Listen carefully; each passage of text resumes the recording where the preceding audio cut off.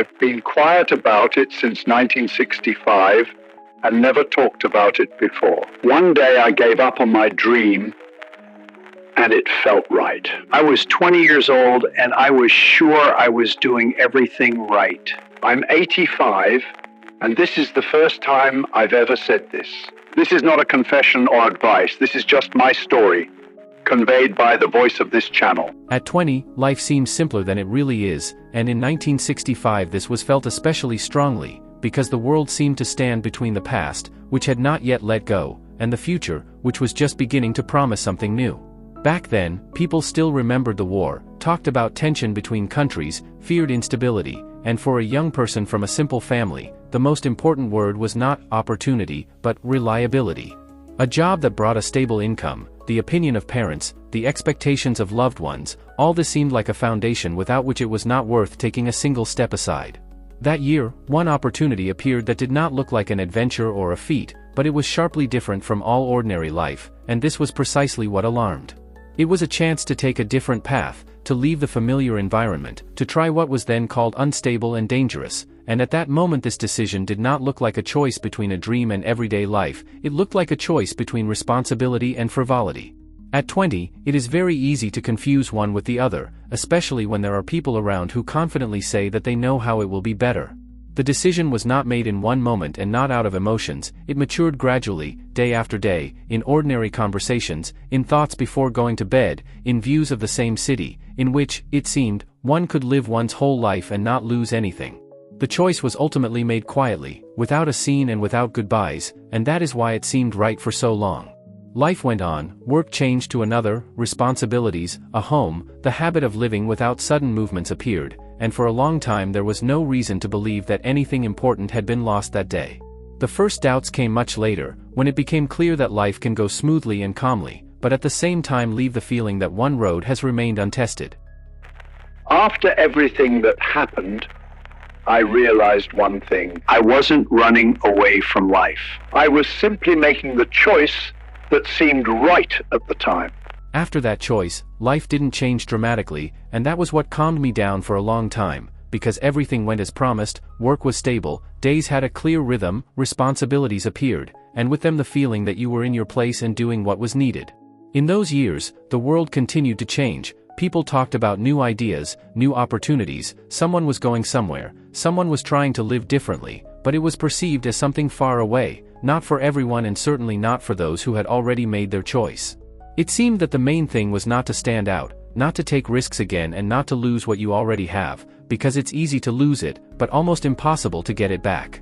The dream he had given up on then did not disappear immediately, it lived somewhere nearby for some time, in the form of short thoughts, random memories, sometimes in the form of other people's stories that came across in conversations or in the news, but with each passing year it became less and less clear, like a photograph that had been exposed to the light for a long time. He did not suffer, on the contrary, it seemed to him that this was how it should be, that life was not obliged to fulfill all desires, and that adulthood consisted precisely in accepting reality as it was. Years passed, people around him changed, some plans were implemented, some were not, but in general life seemed correct and predictable, and only sometimes there was a strange feeling that something important had been left out of this path. It wasn't pain or disappointment, but rather a quiet realization that came without invitation, when it suddenly became clear that time was running out and that returning to the same crossroads was no longer possible. It was then that he began to notice for the first time that the rejection he had made in his youth had not disappeared, it was simply waiting for its moment to reassert itself. Back then I lived calmly and felt no loss. Later I realized that calmness and correctness are not always the same thing. Over time, a feeling arose that was difficult to put into words, because it had no clear cause and was not connected with any specific event. It was more like a quiet awareness that life was going smoothly and without sharp turns, but at the same time it did not leave behind a feeling of completeness.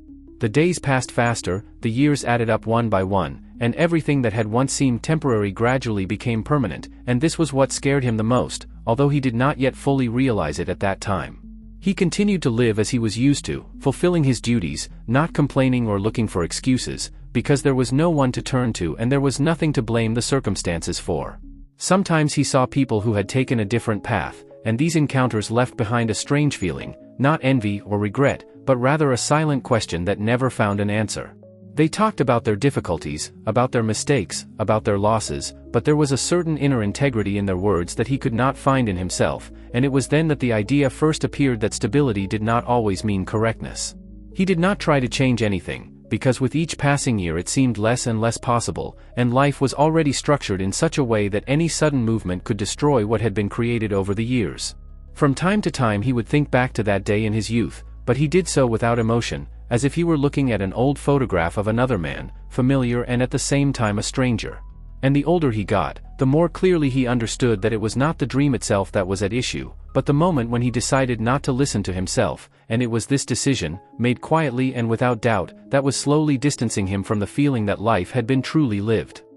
The hardest thing was to realize that over time I had lowered my expectations of life. Over the years, life began to narrow not abruptly and painfully, but very gradually, so that it was almost not noticed, because habits appeared, order was established, and each day was so similar to the previous one that it ceased to be postponed in memory. He did not consider this a problem, on the contrary, for a long time he saw in this a sign of normal life, because nothing bad happened, no great losses occurred and there was no reason to complain. But it was in this evenness that the feeling of expectation disappeared, the same inner tension that once makes you look ahead and think that something important is still ahead. Sometimes he caught himself stopping making plans even in the smallest things, because everything seemed clear in advance, and this predictability gradually turned into a limit beyond which he no longer tried to look. Life was not getting worse, but it was not opening up in a new way either, and that was the hardest realization, because it didn't give you a single point to hold on to and say that this is where everything went wrong. Everything was going as it should have, if you look from the outside, and only inside did you feel that something was left unlived. Sometimes the past reminded of itself through small things, old photographs, familiar places, random conversations, and then it became clear that that choice in youth had not disappeared or dissolved, it had simply become part of the background against which his whole life had passed. And the older he got, the more clearly he realized that it wasn't that he had lost something, but that from a certain point on he had stopped looking for something, as if he had decided that the main thing was already behind him, even if in reality it wasn't. I got used to living as if the main thing had already happened, and over time it became the norm. True understanding came not at one moment and not as some kind of discovery, but gradually, when the years could no longer be ignored and when life began to be summed up not in plans, but in memories.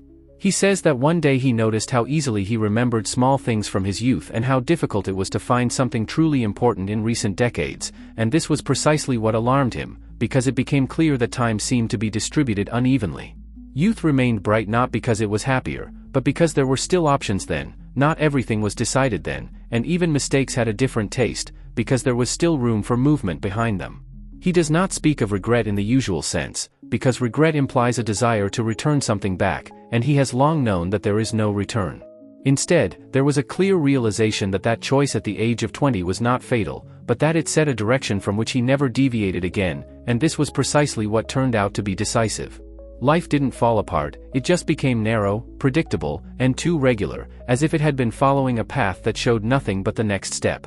Now, at 85, he looks back on his life without resentment or excuses, because he understands that he did what he thought was the only thing he could do.